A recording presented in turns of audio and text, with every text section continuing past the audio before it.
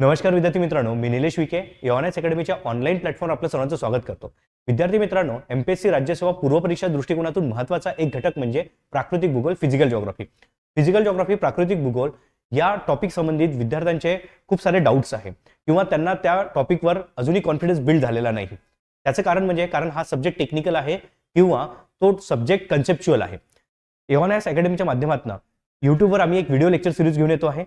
त्यामध्ये आपण या घटकासंबंधी जे काही आवश्यक असे टॉपिक्स आहे ते आपण अभ्यासणार आहोत, कन्सेप्ट समजणार आहोत आणि त्यासंबंधित यापूर्वी प्रश्न कसे विचारले गेलेले आहेत आणि कसे विचारले जाऊ शकतात याचा इन डेप्थ आपण काय करणार आहोत, एनालिसिस किंवा अभ्यास करणार आहोत। तर या व्हिडिओमध्ये आपण काय अभ्यासणार आहोत तर ब्रह्मांडाची उत्पत्ती म्हणजेच काय, ओरिजिन ऑफ युनिव्हर्स।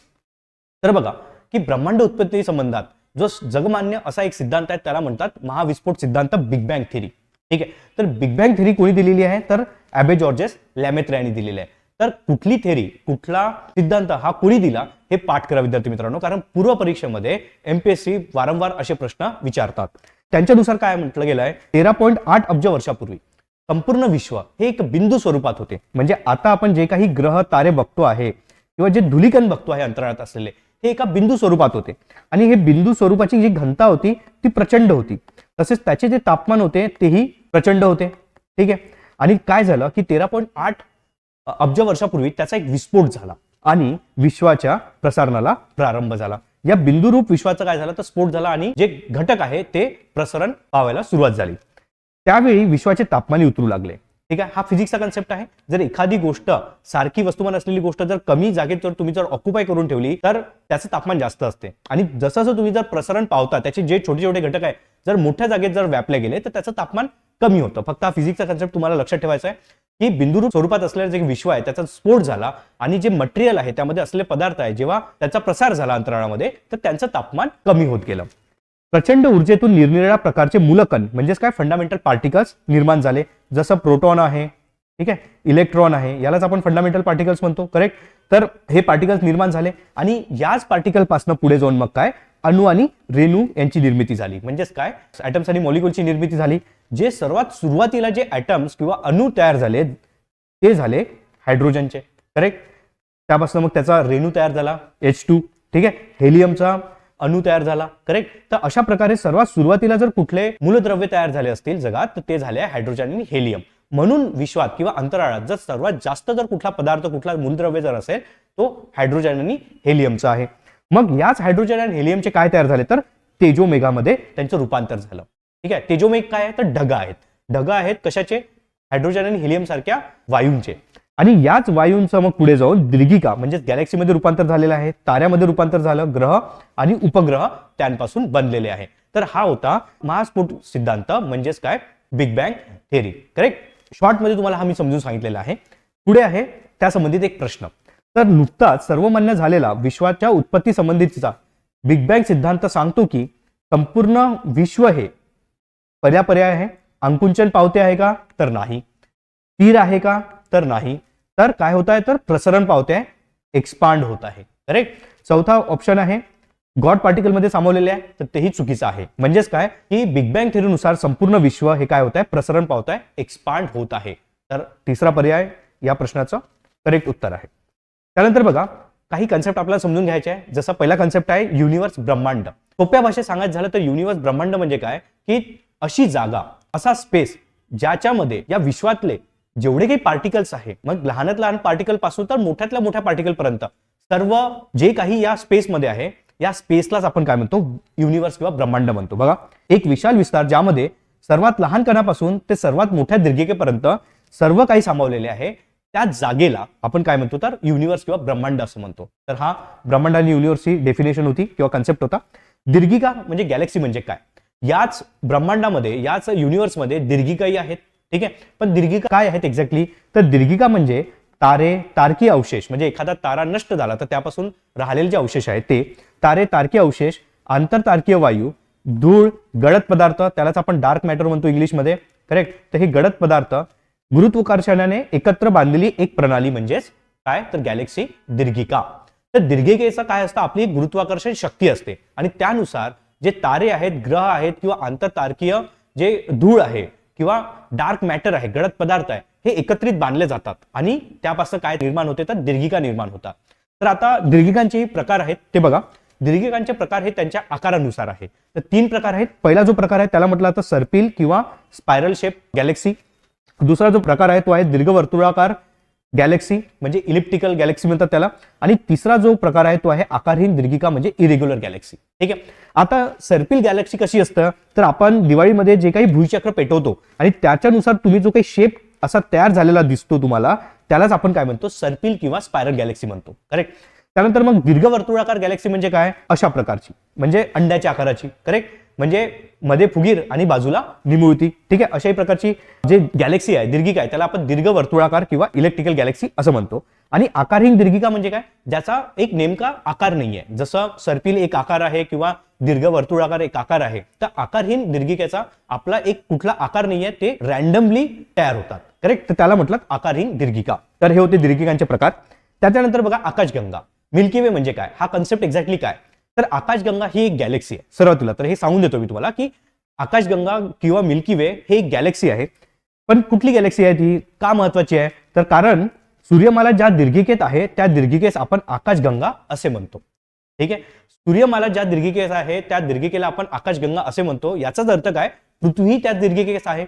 म्हणजेच काय आपण मानवजात जे पृथ्वीवर आहे सध्या ती ज्या दीर्घिकेत आहे त्या दीर्घिकेला आपण काय म्हणतो आकाशगंगा किंवा मिल्की वे म्हणतो. ठीक आहे. याला दुसरं नाव जे आहे या आकाशगंगेला ते आहे मंदाकिनी. ठीक आहे. तर हे मंदाकिनी नावही तुम्ही लक्षात ठेवा. जर प्रश्न जर आला की मंदाकिनी किंवा आकाशगंगा म्हणजे काय ज्यामध्ये आपली सौरमाला किंवा आपण म्हणू शकतो की ज्या दीर्घिकेमध्ये आपली पृथ्वी आहे त्या दीर्घिकेला आपण मंदाकिनी किंवा आकाशगंगा असे म्हणतो. आपल्या आकाशगंगाचा आकार मध्ये फुगीर व बाजूला निमुळता असा आहे. ठीक आहे. बघा इथे बाजूला तुम्हाला निमुळता आकार दिसतोय आणि मध्ये तुम्हाला असा फुगीर आकार दिसतो आहे. करेक्ट. यालाच कुठल्या प्रकारचा आकार म्हणतात तर सर्पिल आकार स्पायरल शेप म्हणतात. तर 2 गोष्टी तुम्हाला आपल्या आकाशगंगेविषयी लक्षात ठेवायच्या आहे. पहिली म्हणजे काय की त्याचं नाव. ठीक आहे. आपल्या दीर्घिकेचं नाव काय एकतर आकाशगंगा किंवा मंदाकिनी किंवा इंग्लिशमध्ये त्याला मिल्की वे म्हणतात. आणि दुसरी गोष्ट म्हणजे त्याचा आकार कसा आहे तर आकार कसा आहे आपल्या आकाशगंगेचा तर तो आहे सर्पिल म्हणजेच काय स्पायरल शेप आहे. तर हे होतं आकाशगंगेबद्दल. त्यानंतर पुढील कन्सेप्ट आहे तो म्हणजे ताऱ्याचे जीवनचक्र किंवा लाईफ सायकल ऑफ स्टार. खूप महत्वाचं आहे. त्याचं उत्तर मी सगळ्यात शेवटी सांगेल की आपण का अभ्यासलं हे. तर बघा की जसं मी तुम्हाला सांगितलं कुठल्याही ताऱ्याची उत्पत्ती हे तेजोमेघांपासून झालं. तेजोमेघ काय होते हायड्रोजन हेलियम यासारखे जे मूलद्रव्य आहे यांचे एक ढग होते आणि हे ढग जेव्हा थंड होत गेले आणि त्यांच्यापासून मग काय तयार झाले तारे तयार झाले. तारेही 2 प्रकारचे तयार झाले. एक तारा तो तयार झाला तो त्याचं वस्तुमान काय होतं कमी होतं म्हणजे काय कमी वस्तुमान असलेला तारा. दुसरा जो तारा तयार झाला त्याचं वस्तुमान जास्त होतं म्हणजे काय जास्त वस्तुमान असलेला तारा हाय मास स्टार म्हणतात त्याला. असे 2 प्रकारचे तारे तयार झाले. पण कुठलाही तारा जेव्हा जन्म घेतो तर त्याचा आकार एका विशिष्ट वेळेपर्यंत वाढत जातो. जसं बघा की या कमी वस्तुमान असलेल्या ताऱ्याचं आकारमान इतकं झालेलं आहे आणि जेव्हा एवढा आकारमान झाला तर तो कशात रूपांतरित होतो रेड जायंट म्हणजे तांबडी राक्षसी ताऱ्यामध्ये तो रूपांतरित होतो. ठीक आहे. त्याच प्रकारे जो आपला जास्त वस्तुमान असलेला तारा होता तो कशात रूपांतरित झाला तर रेड सुपर जायंट मध्ये त्याला म्हटलं जातं महाराक्षसी तारा. करेक्ट. पण एका वेळेनंतर जेव्हा त्याचा आकार वाढत जातो तो आकार इतका मोठा होतो की तो स्फोट पावतो आणि त्याचं बाहेरचं जे काही मटेरियल आहे पदार्थ आहे ते अवकाशात अंतराळात विखुरला जातं आणि त्याचा जो गाभा आहे तो छोट्या प्रमाणात छोट्या स्वरूपात तसाच राहतो. ठीक आहे. जसं बघा की इथे काय झालं या रेड जायंटचं म्हणजेच काय तांबडी राक्षसी ताऱ्याचं काय झालं तर विस्फोट झाला आणि त्यापासनं त्याचा जो कोर आहे म्हणजे सेंटर जो होता त्यापासनं काय तयार झाला एक व्हाईट डॉट म्हणजे लहान आकाराचा एक तारा तयार झाला. त्याला काय म्हणतात श्वेतबटू तारा. मराठीत त्याला श्वेतबटू म्हणतात. इंग्लिशमध्ये त्याला काय म्हटलं जातं व्हाईट डॉर्क म्हटलं जातं. ठीक आहे. तर लहान तारा जो आहे त्याचं आयुष्य जेव्हा संपतं किंवा त्याची लाईफ एंड होते तेव्हा त्याचं रूपांतर कशात होतं तर व्हाईट डॉर्क मध्ये होतं हे लक्षात ठेवा. पण जो मोठा तारा आहे जो महाराक्षसी ताऱ्यामध्ये आता रूपांतरित झालाय त्याचाही विस्फोट होतो. पण त्या विस्फोटाला काय म्हटलं जातं महाविस्फोट म्हटलं जातं सुपरनोवा म्हटलं जातं. तर हा सुपरनोवा वर्ड तुम्हाला लक्षात ठेवायचा आहे. सुपरनोवा हा कन्सेप्ट लक्षात ठेवायचा आहे. पण या सुपरनोवा पासनं ठीक आहे आजूबाजू जे काही मटेरियल आहे आजूबाजू जे पदार्थ आहेत ते तर अंतराळात विखुरले जातात आणि शेवटी जो काही सेंटरचा मटेरियल आहे म्हणजे सेंटरचा जो काही पदार्थ आहे तो पुन्हा एका लहान स्वरूपात काय घेतं त्याचा शेप घेतं. पण त्यापासून 2 प्रकारचे शेप तयार होतात. जर तारा जो अस्तित्वात सुरुवातीला आलेला होता तो जर हाय मास स्टार आहे तर त्याच्यापासून कुठला तारा बनतो तर न्यूट्रॉन स्टार बनतो. त्यालाच मराठीत न्यूट्रॉन ताराच म्हणतात. तर न्यूट्रॉन स्टार किंवा न्यूट्रॉन तारा बनतो. पण सुरुवातीला बनलेला तारा जो होता ज्याचं वस्तुमान जास्त होतं व्हेरी हाय मास स्टार असेल म्हणजे त्याच्यात जर खूप जास्त त्याचं वस्तुमान असेल तर त्याचा विस्फोटानंतर जो बनणारा शेवटचा त्याचा एंड होणारा जो काही प्रोडक्ट आहे तो आहे ब्लॅक होल कृष्णविवर. तर कृष्णविवर कशापासून म्हणतो, ज्याचा वस्तुमान अत्यंत जास्त आहे. ठीक आहे, त्याच्यापासून शेवटी कशात एंड होतो तर कृष्णविवरामध्ये ब्लॅक होलमध्ये होतो, किंवा तो कशात एंड होऊ शकतो तर न्यूट्रॉन स्टार मध्ये होऊ शकतो. डिपेंड्स अपॉन की त्याचं वस्तुमान किती आहे, त्याची घनता किती आहे. करेक्ट. तर आता एक लक्षात ठेवा, आपला सूर्य ही तारा आहे. मग सूर्य कुठल्या प्रकारचा तारा आहे, जास्त वस्तुमान असलेला तारा आहे की कमी वस्तुमान असलेला तारा आहे. तर तुम्हाला सांगतोय की सूर्य हा आपला कमी वस्तुमान असलेला तारा आहे. म्हणजेच काय, सूर्याचं जे काही एंड होणार तो कशात होणार आहे, श्वेतवटूमध्ये होणार आहे, व्हाईट डॉर्क मध्ये होणार आहे. ठीक आहे, आपल्या सूर्याचं रूपांतर हे न्यूट्रॉन स्टार मध्ये किंवा कृष्णविवरात किंवा ब्लॅक होल मध्ये न होता कशात होणार आहे तर व्हाईट डॉर्क मध्ये होणार आहे.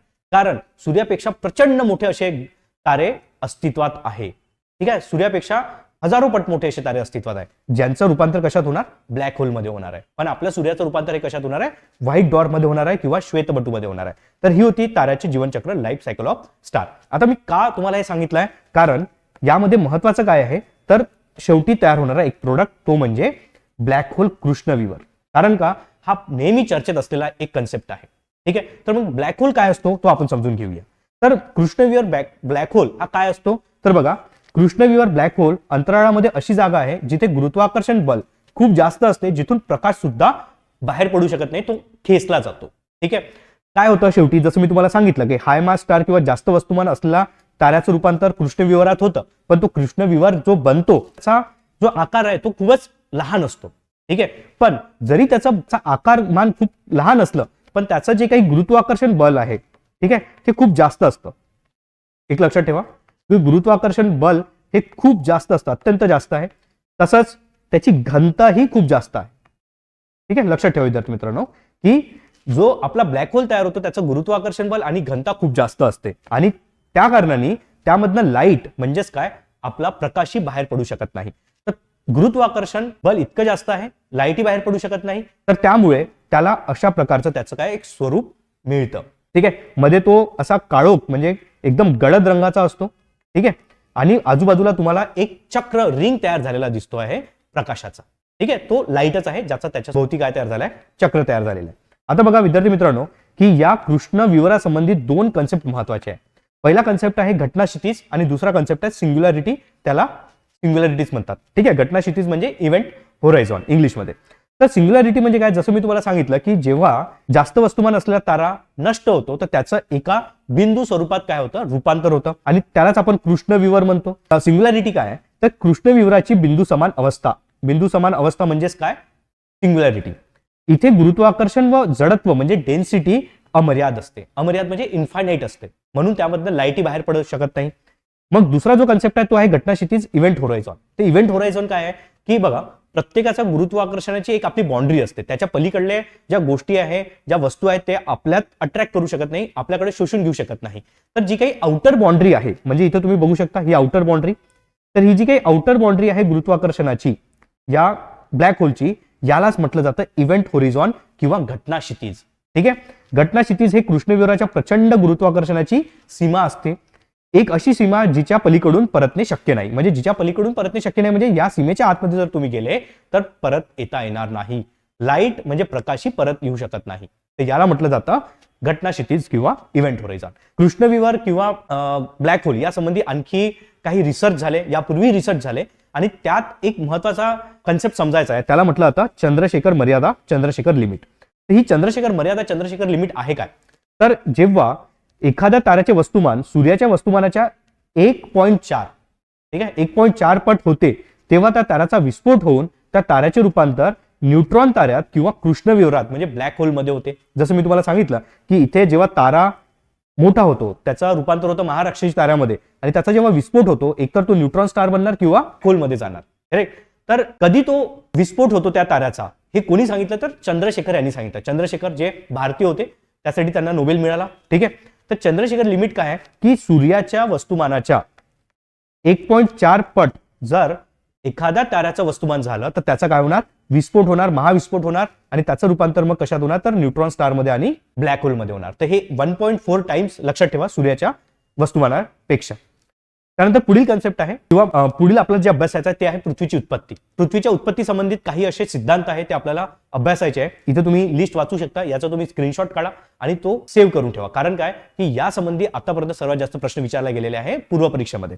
तर बघा, पृथ्वीच्या निर्मिती संदर्भातील विविध सिद्धांत कुठले आहे तर टक्कर सिद्धांत, कोलिजन थेरी, त्यानंतर अब्रिका गृहीतक, नेबुलर हायपोथेसिस, तिसरा आहे ग्रह कणिका सिद्धांत, प्लॅनेटिझमल थेरी, आणि चौथा आहे भरती सिद्धांत, टायडल थेरी. हे सर्व मी तुम्हाला समजून सांगतो. आणि खालचे जे आहेत म्हणजे पृथ्वी संबंधी इतर सिद्धांत यांचे तुम्हाला नावं पाठ करायचे आहे. तो सिद्धांत कोणी दिलेला आहे हे तुम्हाला लक्षात असायला पाहिजे. तर जसं जोड तारा सिद्धांत हा रसेल व लिटिलटन यांनी दिला, त्यानंतर विखंडन सिद्धांत हा रॉस व गन यांनी दिला, सिफाईड सिद्धांत हा एस सी बॅनर्जी यांनी दिला. सिफाईड हा वर्ड थोडा तुम्हाला जास्त लक्षात राहील कारण तो वेगळा आहे, पण तुम्हाला एस सी बॅनर्जी आणखी चांगल्या प्रकारे लक्षात राहील कारण का एस सी बॅनर्जी हे भारतीय होते. त्यानंतर अब्रिकामेक सिद्धांत व्हॅन वॉयझाकर यांनी दिला, त्यानंतर नवतारा सिद्धांत लिटलटन आणि फ्रेड हॉईल यांनी दिला, आणि विद्युत चुंबकीय सिद्धांत डॉक्टर अल्फावेन यांनी दिलेला आहे. आणि हे सर्व सिद्धांत कशा संबंधित आहे तर पृथ्वीच्या उत्पत्ती संबंधित आहे. यापैकी वरील 4 सिद्धांत आपण अभ्यासणार आहोत. बाकी जे सिद्धांत आहेत त्यांचे नावं तुम्हाला पाठ करायचे आहेत. सिद्धांत आणि त्याचे प्रोपोनंट होते ज्यांनी तो सिद्धांत दिला ते तुम्हाला पाठ करायचे आहे. तर बघा, पहिला जो सिद्धांत आहे तो आहे टक्कर सिद्धांत, त्यालाच म्हणतात कोलिजन थेरी. तर कोलिजन थेरी किंवा टक्कर सिद्धांत हा कोणी दिला? कॉन्ट व बफेन किंवा व जॉर्जेस लुईस लॅक्लेर्क यांनी कधी दिला तर 1754 साली दिला. त्यांच्यानुसार काय आहे तर त्यांच्यानुसार विशाल वायुरूप स्वरूपात असणाऱ्या सूर्याची एका विशाल धूमकेतू समेत काय झाली तर टक्कर झाली. काय झालं की सूर्य हा बनण्याच्या स्थितीत होता किंवा त्याच्या उत्क्रांतीच्या स्थितीत होता आणि त्याच वेळेस एक धूमकेतू सोबत त्याची काय झाली टक्कर झाली आहे आपल्या सूर्याची, आणि त्यापासून पदार्थ हे अंतराळात विखुरले गेले असे. आणि हेच विखुरले गेलेले जे पदार्थ आहे थंड होऊन त्यापासून मग ग्रहांची निर्मिती झाली. जसं पृथ्वी आहे, गुरु आहे, करेक्ट, शुक्र आहे. तर अशा प्रकारचे ग्रह बनले असं कोण सांगतो तर टक्कर सिद्धांत सांगतो. या टक्करीत दोघांच्या पृष्ठभागावरील द्रव्यांचे लहान मोठे बिंदू अंतराळात उडाले व थंड होऊन त्यांचे ग्रह निर्माण झाले, ग्रह तयार झाले. तर टक्कर सिद्धांतानुसार पृथ्वीची उत्पत्ती कशी झाली हे तुम्हाला आता समजलेलं असेल. त्यानंतर दुसरा जो सिद्धांत आहे तो आहे अब्रिका गृहीतक किंवा नेबुलर हायपोथेसिस. हा गृहीतक आहे. गृहीतक म्हणजे काय, ज्याचा आपण प्रूफ देऊ शकत नाही, जे अजम्पशनच्या बेसिसवर आपण पटवून देतो त्यालाच आपण गृहीतक म्हणतो, हायपोथेसिस म्हणतो. तर अब्रिका गृहीतक नेबुलर हायपोथेसिस कोणी दिलेला आहे तर लॅप्लास यांनी दिलेला आहे. ठीक आहे, लक्षात ठेवा, हे तुम्हाला पाठांतर करायचं आहे. अब्रिका गृहीतक नेबुलर हायपोथेसिस हे लॅप्लास यांनी दिलेलं आहे. पण लॅप्लास यांनी अब्रिका गृहीतक देण्यासाठी इमॅन्युअल कांट यांचा गॅसियस मास थेरी म्हणजेच त्याला वायुरूप सिद्धांत आहे याचा वापर केला. ठीक आहे, किंवा त्याचा आपण म्हणू शकतो एक मदत घेतली. ठीक आहे, तर काय बघा की इमॅन्युअल कांट यांनी गॅसियस मास थेरी म्हणजे वायुरूप सिद्धांत दिलेला होता. कधी दिला तर 1755 साली दिला. हेही पाठांतर करून घ्या की वायुरूप सिद्धांत म्हणजेच काय गॅसियस मास थेरी कोणी दिली आहे तर इमॅन्युअल कांट यांनी दिलेली आहे. आणि याचा वापर करून लॅप्लास यांनी 1776 साली अब्रिका गृहीतक म्हणजे नेबुलर हायपोथेसिस मांडले. नेबुलर हायपोथेसिस किंवा अब्रिका गृहीतकलाच काय म्हणतात तर तेजोमेघ सिद्धांत असे म्हणतात. तर हाही एक शब्द लक्षात ठेवा. जर विचारला गेला की लॅप्लास यांनी कुठला सिद्धांत मांडला तर 2 नावं येऊ शकतात, एकतर अब्रिका गृहीतक येऊ शकतं किंवा तेजोमेघ सिद्धांत येऊ शकतं. तर तुम्हाला ते लक्षात ठेवायचं आहे की कोणी दिलेला आहे. आता बघा की तेजोमेघ सिद्धांत किंवा अब्रिका गृहीतक यानुसार काय झालं. जसं मी तुम्हाला म्हटलं प्रत्येक ग्रह तारे हे पहिले वायू स्वरूपात होते, तसंच आपला सूर्यही वायू स्वरूपात होता. तर सूर्य एक अति प्रचंड आकाराच्या तप्त विशाल वायू मेघाच्या म्हणजे नेबुलाच्या स्वरूपात होता. ठीक आहे, नेबुलर म्हणजे काय, नेबुला म्हणजे होतं वायुरूप. जे काही वायू आहे त्यांचे जे ढग असतात त्यालाच आपण नेबुला म्हणतो. ठीक आहे, तर आता आपला जो सूर्य आहे जो एक विशिष्ट आकारमानाचा आहे, विशिष्ट असा त्याला शेप आहे, तो पूर्वी कशाच्या स्वरूपात होता, तेजोमेघाच्या स्वरूपात होता. पण तो जो काही तेजोमेघ होता म्हणजे जो सूर्याचा बनण्याच्या अगोदरचा तेजोमेघ होता तो स्वतःभोवतीही काय करत होता, फिरत होता. म्हणजे स्वतःभोवती फिरत होता म्हणजे काय, जे ऍक्सिस आहे, अक्ष आहे, त्याच्या भोवती तो अँटी क्लॉकवाईज म्हणजेच काय घड्याळाच्या काट्याच्या विरुद्ध दिशेने तो फिरत होता. करेक्ट. पण जसा असा तो थंड होत गेला तसं असं त्याची परिवलन गती रोटेशनल वेलोसिटी वाढत गेली. ठीक आहे, आणि ही रोटेशनल गती वाढली तर काय होणार, रोटेशनल गती जशी वाढते तसं तसं केंद्रत्यागी बल म्हणजे सेंट्रीफ्युगल फोर्सही वाढतं आणि त्या कारणाने त्याच्या अब्रिकेच्या विषुवृत्तीय प्रतलातून द्रव्य दूर फेकल्या गेले. समजा जर मानून चला की हा होता तेजोमेघ आणि या तेजोमेघात विषुवृत्त त्याचा असा आहे, कारण विषुवृत्त हा कधी होरिझॉन्टल असा असतो, क्षितिज समांतर जे म्हणतो आपण. त्यानंतर काय झालं की हा रोटेट होता असा जोरात, त्या कारणाने याच्या क्षितिज समांतर जे पदार्थ आहे ते असे बाहेर फेकल्या गेले आणि त्याचे काय तयार झाले तर रिंग्स तयार झाले. ठीक आहे, रिंग्स किंवा कडे निर्माण झाले आणि या कड्यामध्ये काय होतं तर पदार्थ होते आणि ते पदार्थ कशाचे होते, तेही वायुरूप स्वरूपाचेच पदार्थ होते. आणि या कड्यातील वायुरूप स्वरूपातील जे पदार्थ आहेत ते थंड होत गेले आणि त्यापासून काय झालं तर मग थंड होऊन ग्रहांची निर्मिती झाली. म्हणून आपल्याला दिसतंय असं की सूर्याच्या भोवती जे ग्रह फिरतात ते असे अँटी क्लॉकवाईज डायरेक्शननी, म्हणजेच काय, घड्याळाच्या काट्याच्या विरुद्ध दिशेने ते फिरतात. करेक्ट. आपण असंच बघतोय स्ट्रक्चर, जसं की सूर्य आहे मध्ये, त्याच्यानंतर आपल्याला बुध दिसतोय जो असा फिरतोय त्याच्या भोवताल, त्यानंतर शुक्र दिसतोय तोही फिरतो, तसंच पृथ्वी फिरतं आणि मंगळी फिरतं. करेक्ट. अशा प्रकारे ग्रह हे सूर्याभोवती अँटी क्लॉकवाईज डायरेक्शन म्हणजेच घड्याळाच्या काट्यांच्या विरुद्ध दिशेने फिरताना दिसतं. तर हा जो सिद्धांत आहे हा सिद्धांत होता तेजोमेघ सिद्धांत, किंवा यालाच आपण काय म्हणतो, नेब्युलर हायपोथेसिस अब्रिका गृहीतक. कोणी दिला तर लॅपलास यांनी दिलेला आहे.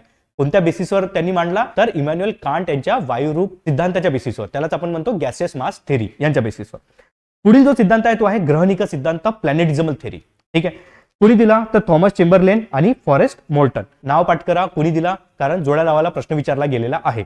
1905 साली थॉमस चेंबरलेन आणि फॉरेस्ट मोल्टन यांनी प्लॅनेटिझमल थेरी किंवा ग्रहनिका सिद्धांत मांडला. त्यांच्यानुसार काय होता ग्रहनिका सिद्धांत बघा. तर यानुसार सूर्याजवळून एक तारा सूर्यावर न आदळता सूर्यापासून अतिशय वेगाने गेला. ठीक आहे. सूर्यावर न आदळता एक तारा सूर्यापासून अतिशय वेगाने गेला. आता प्रत्येक जी वस्तू आहे ना आपल्या अंतराळामध्ये, त्याला आपलं स्वतःचं एक गुरुत्वाकर्षण बल आहे. लक्षात ठेवा विद्यार्थी मित्रांनो, फक्त पृथ्वीला गुरुत्वाकर्षण बल असतं नाहीये, प्रत्येक जे ग्रह असतात त्यालाही आपलं गुरुत्वाकर्षण बल असतं. त्याचा आकार जितका मोठा तितकं जास्त गुरुत्वाकर्षण बल. तर एक मोठा असा तारा सूर्या जवळून गेला जो सूर्यावर आदळला नाही, आणि त्याच्या गुरुत्वाकर्षण शक्तीमुळे सूर्यावरील वायूच्या धाग्यासारख्या शाखा ओढल्या गेल्या. जसं इथं तुम्ही बघू शकता की ही वायूची शाखा आहे जी ओढल्या गेली या ताऱ्यामुळे. ठीक आहे. या धाग्यातील वायू थंड होऊन घनरूप कण तयार झाले. वायू थंड झाला आणि त्याच्यापासून एक घनरूप तयार झाले. जसं इथं तुम्ही यामध्ये राऊंड बघू शकता, आतमध्ये दिसतंय तुम्हाला असे राऊंड तयार झाले. आणि हेच राऊंड जे आहेत, हे जे गोल आहेत, यालाच आपण काय म्हणतो मग ग्रह असं म्हणतो. तर हा होता ग्रहनिका सिद्धांत, प्लॅनेटिझमल थेरी. त्यालाच ग्रहनिका म्हणतात. अशाच अनेक कणांच्या एकत्रीकरणातून ग्रह निर्माण झालेले आहेत. तर ही होती ग्रहनिका सिद्धांत. कोणी दिला? थॉमस चेंबरलेन आणि फॉरेस्ट मोल्टन यांनी 1905 साली. त्यानंतर पुढील जो सिद्धांत आहे तो याला म्हणतात टायडल थेरी, भरती सिद्धांत. टायडल थेरी, भरती सिद्धांत हा तुम्हाला ग्रहनिका सिद्धांत सारखाच किंवा प्लॅनेटिझमल थेरी सारखाच वाटतो, पण यामध्ये थोडं ऍडिशन आहे, थोडं जास्त गोष्टी एक्सप्लेन केल्या गेलेल्या आहेत, ते बघूया. तर बघा 1919 साली जेम्स जीन्स आणि हेरॉल्ड जेफ्रीज यांनी भरती सिद्धांत टायडल थेरी मांडली. त्यांच्यानुसार एक तारा सूर्यावर न आदळता सूर्यापासून अतिशय वेगाने गेला, जसं प्लॅनेटिझमल थेरीमध्ये किंवा ग्रहनिका थेरीमध्ये सांगितलंय तसंच यामध्ये सांगितलंय. यामुळे सूर्यावरील द्रव्याला भरती येऊन सूर्यापासून द्रव्य वेगळे झाले. सेम तसंच आहे. या वायुरूप धाग्यातील वायू थंड होऊन प्रथम द्रवरूप गोळे तयार झाले व ते थंड होऊन त्याभोवती कवच निर्माण झाले. म्हणजे कसं असतं की वायू जेव्हा थंड होतो तेव्हा त्याचं द्रवात रूपांतर होतं, आणि द्रव जेव्हा थंड होतो तेव्हा त्याच्यापासून घनरूप तयार होतं, जसं आपली पृथ्वी आता घनरूप स्वरूपात आहे. करेक्ट. या सिद्धांतानुसार सूर्यापासून बाहेर पडणाऱ्या द्रव्याच्या धाग्याचा आकार हा सिगार सारखा होता. जसं तुम्ही इथे बघू शकता, हा आकार जो आहे याला सिगार शेप म्हणतात. सिगाराच्या आकाराचा हा काय आहे? वायुरूप आहे. तर आता बघा, यामुळे सूर्यमालेतील ग्रहांचे आकार सिगार सारखा होता. मध्यभागी फुगीर व दोन्ही बाजूस निमुळता. कसं दिसतोय तुम्हाला? मध्यभागी इथे खूप जास्त फुगीर दिसतोय आणि बाजूला निमुळता दिसतोय. इथे बघा निमुळता दिसतोय. त्यामुळे काय झालं? यामुळे सूर्यमालिकेतील ग्रहांचे आकारही बुध पासून गुरुपर्यंत वाढत जातात व गुरु पासून नेपच्यून पर्यंत लहान होत जातात. तर ही जी गोष्ट होती ती ऍडिशनल गोष्ट होती, जी प्लॅनेटिझमल जी थेरी होती, जी चेंबरलेनने मांडली होती, त्यांनी सांगितलेली नव्हती. ही कोणी सांगितली? ही भरती सिद्धांत किंवा टायडल थेरीनुसार जेम्स जीन्स आणि हेरॉल्ड जेफ्रीज यांनी एक्सप्लेन केली की का आपले ग्रह बुध पासून तर गुरुपर्यंत त्यांचा आकार वाढत जातो आणि पुन्हा गुरु नंतर त्यांचा आकार कमी होत जातो. कारण का? कारण बाहेर पडलेला जो काही द्रवरूप होतं ते कशाच्या स्वरूपात होतं, कशाच्या शेपचं होतं, कशाचा आकारमान होता त्याचा, तर सिगार सारखा होता. म्हणजे मध्यभागी फुगीर आणि बाजूला निमुळता. त्या कारणाने आपल्याला दिसेल की मध्यभागी असलेला जो गुरु आहे तो आपल्या सूर्यमालेतला सर्वात मोठा ग्रह आहे. तसंच सर्वात लहान ग्रह कुठला आहे? तो आहे मर्क्युरी, म्हणजे त्याला आपण म्हणतो बुध. ठीक आहे. तुम्हाला इथे दिसतोय आकार वाढताना, पुन्हा इथे आकार कमी होताना दिसतोय. तर हा होता भरती सिद्धांत, टायडल थेरी. त्यावरचा प्रश्न बघा. आपल्याला प्रश्न बघायचा की प्रश्न कसा विचारला गेलेला आहे. यापूर्वी राज्यसेवा पूर्व 2017 प्रश्न कसा विचारला गेला? जोड्या लावाच्या स्वरूपात. तर तत्ववेत्ते म्हणजे कुणी तो सिद्धांत दिलेला आहे आणि पुढे दिलाय सिद्धांताचं नाव. तर बघा, इमॅन्युअल कांट, लॅपलास, चेंबरलिन, जीन्स हे ग्रुप ए मध्ये येतात, आणि त्याचा जो गट ब आहे त्या गट ब मध्ये आहे जे उत्पत्ती संबंधाचे जे सिद्धांत आहे ते आहे भरती परिकल्पना, वायुरूपी परिकल्पना, तेजोनिध परिकल्पना आणि ग्रह परिकल्पना. तर इमॅन्युअल कांट, जसं मी तुम्हाला सांगितलं की इमॅन्युअल कांट यांनी कुठली थेरी दिली होती? तर गॅस मास थेरी, म्हणजेच त्याला आपण मराठीत म्हणतो वायुरूपी परिकल्पना, गॅस मास थेरी. ज्या थेरीचा वापर करून मग लॅपलास यांनी काय दिला? तर मग लॅपलास यांनी दिला तेजोनिध परिकल्पना, म्हणजेच काय? नेब्युलर हायपोथेसिस. इंग्लिशमध्ये नेब्युलर हायपोथेसिस म्हणतो आपण त्याला. ठीक आहे. त्यानंतर बघा आता जर मी जोड्या लावतोय तर अचं 2 लागलं म्हणजे एकच असा पर्याय आहे ज्यामध्ये अ ला 2 पर्याय मॅच होतो. म्हणजेच काय, चौथा ऑप्शन बरोबर असणार. तरी आपण पुढल्या जोड्या बघू. म्हणजे पहिल्याचं 2, दुसऱ्याचं 3, बरोबर. दुसऱ्याला 3 म्हणजे लॅपलास यांनी तेजोमय दिला. त्यानंतर तिसरा जे ऑप्शन आहे, तिसराचा 4 म्हणजे चेंबरलिन यांनी कुठला दिला, तर चेंबरलिन यांनी ग्रह परिकल्पना दिलेली आहे. आणि शेवटी मग जेम्स जीन यांनी काय दिलं, तर भरती परिकल्पना दिली आहे, टायडल थिअरी दिली आहे, जी यापूर्वी आपण अभ्यासली. तर याचा करेक्ट आन्सर जे आहे ते आहे पर्याय क्रमांक 4. ठीक आहे. तर अशा प्रकारे जोड्या लावायला प्रश्न विचारले जातात. म्हणून पृथ्वीच्या उत्पत्ती संबंधाची ज्या संकल्पना आहेत त्या पाठांतर करायच्या आहे तुम्हाला, आणि त्या कोणी दिल्या आहेत तेही पाठांतर करून ठेवायचं आहे. त्यानंतर बघा दुसरा प्रश्न आहे जो राज्यसेवा पूर्वला म्हणजे मागच्याच 2022 ला विचारला गेलेला आहे. यामध्ये सेफ्रिड सिद्धांत, विद्युत चुंबकीय सिद्धांत, तेजोमेध सिद्धांत आणि जोडतारा सिद्धांत असे दिले गेलेले आहे. आता मी तुम्हाला सेफ्रिड सिद्धांत एक्सप्लेन केला नाही, विद्युत चुंबकीय सिद्धांत एक्सप्लेन केलेला नाही, जोडतारा सिद्धांत एक्सप्लेन केलेला नाही, पण मी तुम्हाला एक सिद्धांत एक्सप्लेन केला इथे, तो म्हणजे तेजोमेघ सिद्धांत. त्यालाच आपण नेब्युलर हायपोथेसिस म्हणतो, अब्रिका मेघ सिद्धांत म्हणतो. तर अब्रिका मेघ सिद्धांत कोणी दिलेला होता, तर लॅपलास यांनी दिलेला होता, हे तुम्हाला माहिती आहे. तर मग तिसऱ्याचा ऑप्शन म्हणजे क चा जो पर्याय आहे तो कुठला बरोबर लागणार, तर लॅपलास म्हणजे 1.